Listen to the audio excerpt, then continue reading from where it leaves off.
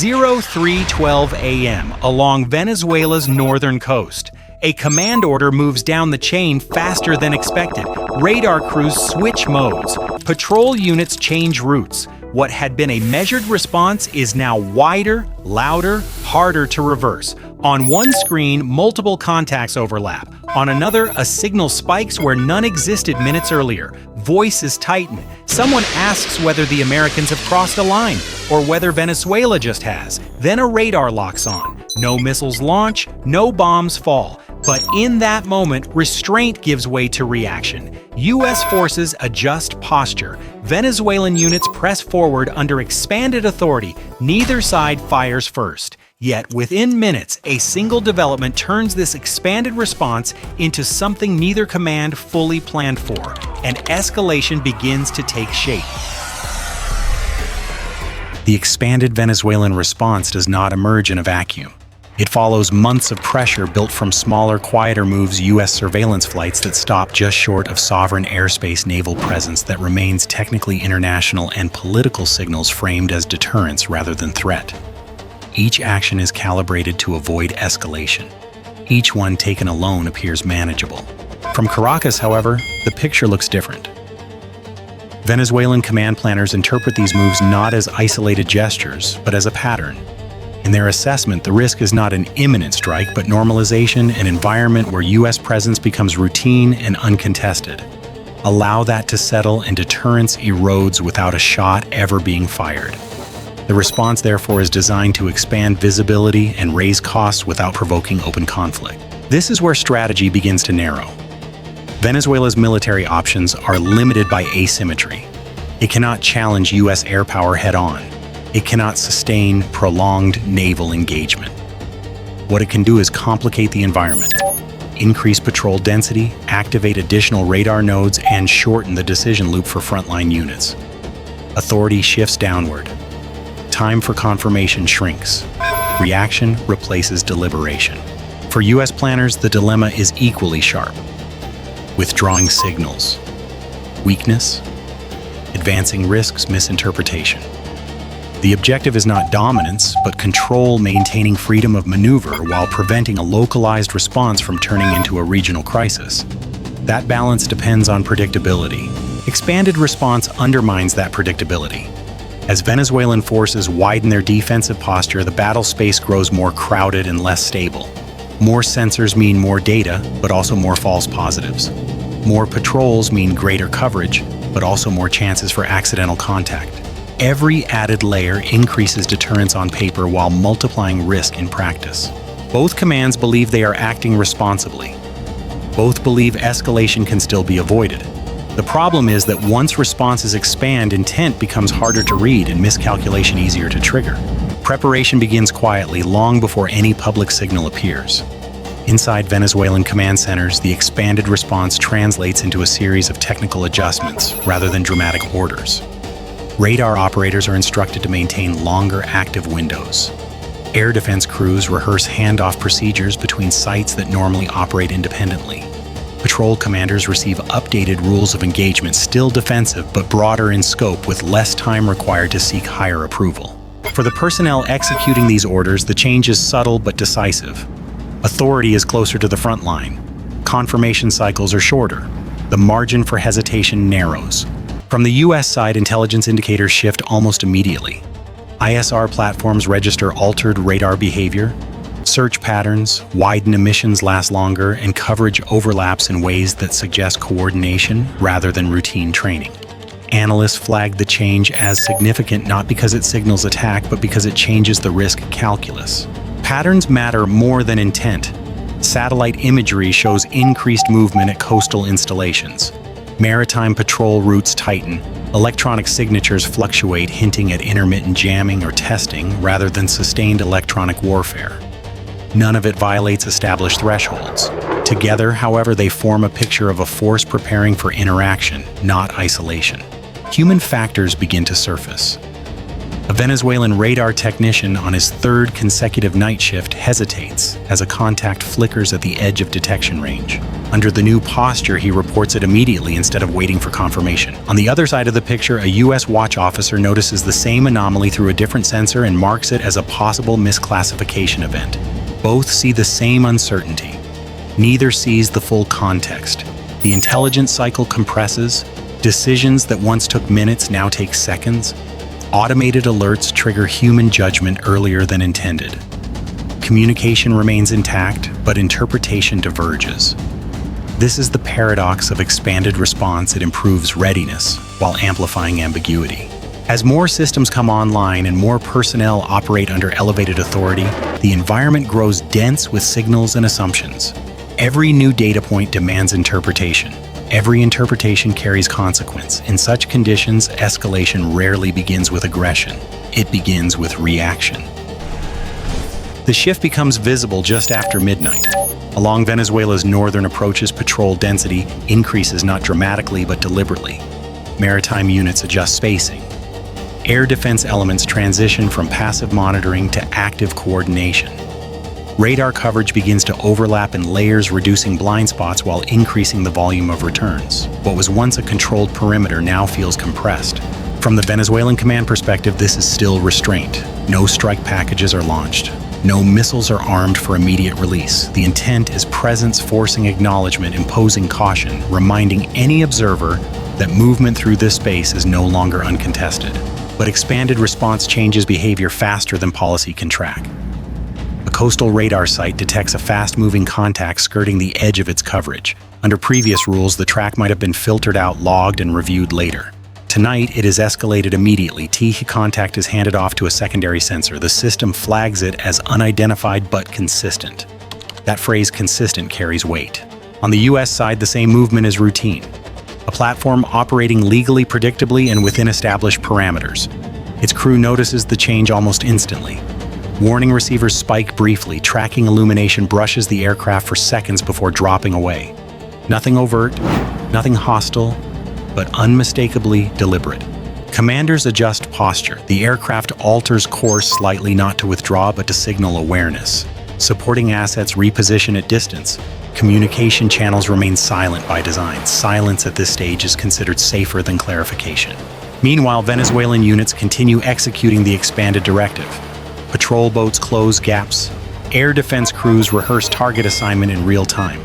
Electronic systems pulse intermittently, testing reactions without committing to sustained jamming. Each action is measured. Each one, however, adds friction. The environment tightens. As overlapping systems feed data upward, the operational picture becomes crowded. Multiple tracks converge near the same grid lines. Civilian traffic, commercial signals, and military movements intersect. Automated filters struggle to keep pace. Human operators intervene more often.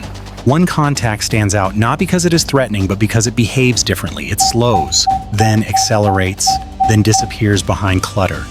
The radar reacquires it seconds later. Another site confirms. The classification remains unresolved. Under expanded authority, frontline commanders are empowered to act defensively before uncertainty becomes vulnerability. A request for clarification moves up the chain. The response is delayed, not by indecision, but by volume. Too many signals, too many simultaneous decisions. In the gap between request and reply, a local commander makes a call. A targeting radar locks on briefly. A warning measure intended to assert control without crossing the line into engagement. The lock is released almost immediately, but the effect is irreversible. On U.S. displays, the lock is clear and unmistakable. Protocols shift. Defensive systems queue automatically. Higher command is alerted. What had been a managed interaction now carries the unmistakable signature of escalation. No one is fired, yet the situation has changed. Expanded response has done exactly what it was designed to do: raise costs, command attention, and compress timelines. But in doing so, it has also created a moment where reaction outruns intent. And this is where control begins to slip. The warning lock lasts less than 5 seconds. It is released exactly as planned, but 5 seconds is enough. Inside Venezuelan command channels, the action is logged as defensive signaling, measured, proportional, contained. The intent is clear to those who ordered it: assert control, force recalibration, avoid engagement. No missiles are armed. No follow-on action is authorized. The line in their view remains intact. On the US side, the interpretation is different. A radar lock is not context, it is capability. It is intent implied by proximity and timing. Automated systems do not debate motives. They respond to inputs. Defensive cues activate. Escort assets shift position. Command level alerts escalate the incident's classification from monitor to active interaction. What had been ambiguity becomes risk. As systems adjust, a secondary complication emerges. Electronic interference, light, intermittent, and likely unintended, distorts identification data for a brief window. A track fragments reappears, then overlaps with civilian signal clutter. Operators attempt to resolve the picture, but the timeline has compressed beyond comfort. This is the point where doctrine meets reality. Venezuelan crews operating under expanded authority detect the US posture change and interpret it as confirmation that their signal has landed. US commanders seeing multiple indicators converge prepare for the possibility that signaling may not stop there. Neither side wants to be first. Neither side can afford to be last. A defensive maneuver is executed subtle, procedural, and irreversible. It is not an attack, but it is no longer neutral. The move crosses an invisible threshold where every subsequent action will be interpreted through the lens of escalation. The gap between deterrence and confrontation collapses not with an explosion, but with a decision made under incomplete information. This is the breaking point, not because weapons are fired, but because control has shifted from strategy to reaction. Expanded response is often misunderstood as a safer alternative to direct action. Technically, it avoids first strikes. Politically, it signals restraint. Operationally, however, it introduces a different kind of danger. The core issue is compression of decision time. When authority is pushed downward, frontline units gain flexibility, but they also inherit responsibility once held by higher command. Rules of engagement widen. Confirmation thresholds shrink. A radar operator, a patrol commander, or an air defense crew no longer waits for layered validation. They act to prevent surprise. In doing so, they reduce the system's tolerance for ambiguity. Technology accelerates this effect. Modern sensors do not merely detect. They classify, correlate, and recommend responses in seconds. Radar locks, electronic emissions, and maneuver cues trigger automated chains that assume worst-case intent. Human operators can override them, but only if they have time, clarity, and confidence. Expanded response removes at least two of those three. Electronic interference amplifies the problem. Even limited non-hostile jamming distorts track quality and forces systems into defensive bias. A fragmented signal is treated as risk, not noise. Civilian clutter weather effects and overlapping patrols further complicate identification. The battle space fills with almost hostile, almost confirmed, almost ignored. This is where escalation becomes structural. No single actor decides to escalate. Instead, escalation emerges from interacting safeguards. Each side adds layers to avoid vulnerability. Each layer increases system sensitivity. The result is an environment where benign actions generate hostile interpretations faster than they can be corrected. Cost asymmetry reinforces the dynamic. A brief radar lock costs nothing. Responding to it by repositioning assets, elevating alerts, or queuing defenses consumes attention, resources, and political bandwidth. Expanded response is designed to impose those costs. The unintended consequence is that it also multiplies pathways to miscalculation. In theory, restraint depends on control. In practice, control depends on time. Expanded response removes time, and without time, escalation no longer needs intent, only momentum. The immediate aftermath of the expanded response is not a battlefield victory, but a shift in posture. Airspace tightens, naval patrols shorten their reaction loops, command centers move from monitoring to anticipation. Nothing dramatic happens, and that is precisely the problem. Stability is replaced by constant alertness. Every movement is interpreted through the lens of what might happen next. Regionally, this alters behavior faster than policy ever could. Commercial traffic reroutes. Insurance premiums rise. Civilian aviation authorities quietly adjust flight paths. None of these decisions require official announcements, yet they signal that the risk threshold has already moved. The escalation is no longer hypothetical. It is priced in. Militarily, both sides absorb the same lesson. Ambiguity is dangerous, but hesitation is worse.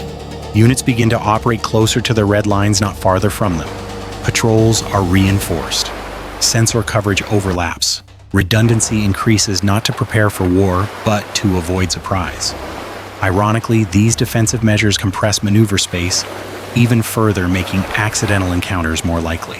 Politically expanded response hardens narratives without committing leaders publicly. Domestic audiences are told that deterrence is working. Diplomats emphasize restraint. But behind closed doors, crisis management channels grow more active, not less. Hotlines are tested. Back channels reopen. The system is quietly acknowledging that it is operating closer to failure modes than comfort zones. The most consequential effect is psychological. Commanders stop asking, "Is this escalation?" They start asking, "What if we don't respond?" That question marks a turning point. Once in place, it reshapes doctrine, training, and expectations. Escalation is no longer an outcome. It becomes a condition the system learns to live with. And systems that learn to live with escalation eventually normalize it. This episode will not be remembered for a decisive strike or a clear victory. It will be remembered for how close the system moved toward failure without crossing into open conflict. What unfolded was not a breakdown of deterrence, but its stress test. Precision operations met expanded response. Signaling met interpretation. Doctrine met human judgment under pressure. And at every step, escalation was shaped less by intent than by timing, perception, and compressed decision windows. No single order caused the escalation. No single commander lost control. Instead, control thinned incrementally. Each side acted rationally within its own framework. Each response made sense in isolation. Yet together they formed a chain where restraint required more effort than reaction. That is the defining danger of modern military confrontation. The margin for error shrinks faster than political leaders can react. This is not a story about aggression alone. It is a story about systems designed to prevent war that now operate permanently on its edge. About forces trained to signal strength without triggering conflict while knowing that signals can be misread. About a world where escalation does not begin with explosions but with assumptions. The lesson is uncomfortable but clear. Future conflicts may not start because someone wants war. They may start because no one wants to appear weak. As long as that dynamic holds stability, will depend less on superior firepower and more on restraint, communication, and the ability to pause when every system is telling you to act. Because the most dangerous moment is not when weapons are fired. It is when everyone believes they're still in control. Bye for now.